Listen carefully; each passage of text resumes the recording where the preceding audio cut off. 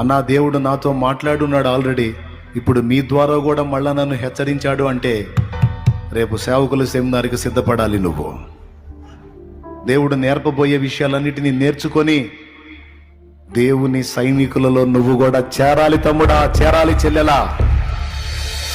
తెల్లబారిన పొలమును చూచి తెల్లబారక ముందే లేచి, తెల్లబారిన పొలమును చూచి తెల్లబారక ముందే లేచి, ఉల్లము దేవుని ఆత్మతో నిండగా, ఉల్లము దేవుని ఆత్మతో నిండగా, ఉల్లాసముతో కూర్చెడి వారిని, ఉల్లాసముతో కూర్చెడి వారిని, పంపుము దేవా పనివారలను పంటను కోయుటకు, నేడు పంటను కోయుటకు.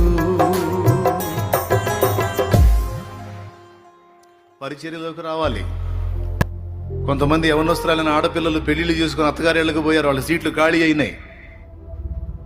నువ్వు రావాలి పరిచర్యలోకి.